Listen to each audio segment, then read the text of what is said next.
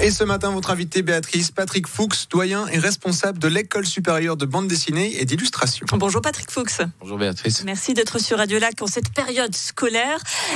On va commencer à prendre des nouvelles de cette fameuse école dont on avait beaucoup parlé il y a 2 ans quand l'idée avait germé. Est-ce qu'elle a séduit cette école de bande dessinée ?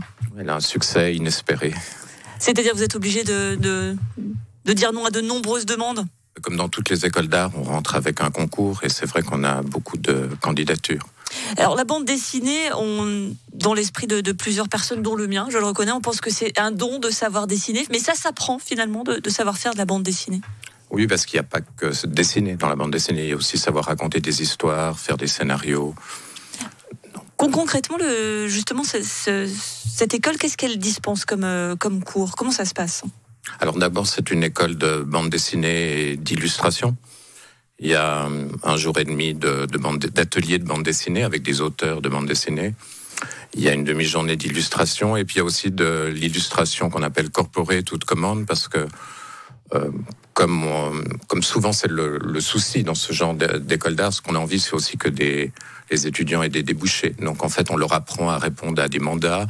On le sait très bien, la plupart des auteurs de bande dessinée, à l'exception de notre parrain Zep et de quelques rares autres, ne vivent pas de la bande dessinée. Ils font de la bande dessinée et parallèlement, ils vivent du dessin. Donc on leur apprend à vivre du dessin et à répondre à des mandats comme faire des affiches, des logos, des bandes dessinées pour des banques, pour des associations du travail. Est-ce qu'il est bon de rappeler que finalement l'univers du dessin, plus globalement, ce n'est pas que cantonné à, alors sans doute les plus chanceux à sortir des BD, mais que finalement le cœur du métier, ce n'est pas vraiment ça, pour pouvoir en vivre. Non, ça serait plutôt avoir une activité dans le domaine de la communication visuelle. Donc on les forme à pouvoir soit avoir une activité indépendante, soit travailler dans des ateliers de graphisme, dans des agences de communication, enfin vivre du dessin. En fait, voilà. Vous l'évoquiez à l'instant, les débouchés. La première volée de l'école vient de se terminer. Comment se sont insérés ces 16 à 18 élèves ? Est-ce qu'ils ont tous trouvé un emploi ?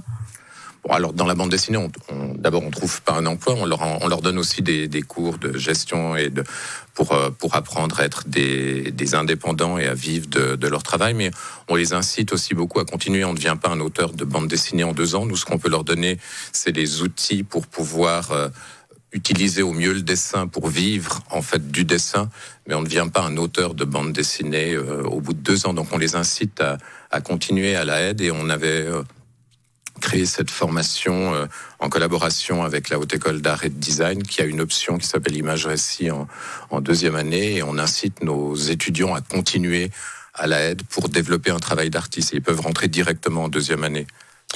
L'éventail de la BD, c'est également le dessin de presse, un domaine particulièrement spécifique où les Suisses ont bien réussi. On pense forcément à Chapat. Dernièrement, le New York Times a annoncé renoncer aux caricatures politiques. On voit quand même que typiquement là, cet axe de la bande dessinée sur la caricature, du dessin de presse, c'est quelque chose qui n'est peut-être plus autant à la mode qu'il y a quelques années.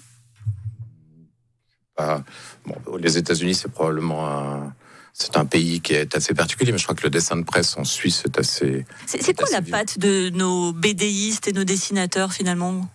Genève. Ou en Suisse, plutôt, plus globalement. Ouais. Genève, ça serait très limité. Mais je pense que Genève est une capitale européenne de la bande dessinée. Donc on a un foyer absolument très, très vivant, avec des auteurs internationaux reconnus. Donc, Et justement, cette touche suisse, comment vous la définiriez dans le dessin ?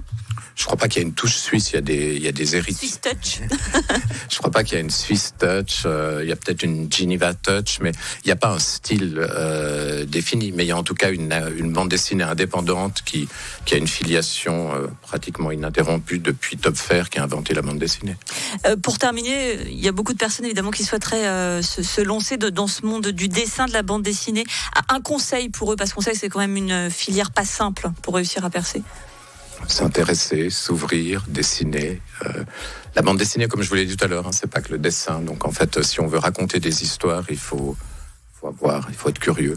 et persévérant. Mais c'est un monde assez concurrentiel et difficile, mais à Genève, il y a de quoi se faire une place dans le monde d'essai parce que tout est en place. En fait, je pense que c'est une capitale de la bande dessinée. Et donc, déjà, de sortir d'une école de bande dessinée à Genève et d'y vivre, et puis ensuite de s'ouvrir sur le reste du monde, c'est déjà beaucoup.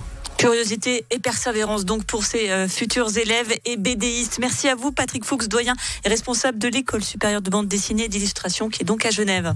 Merci.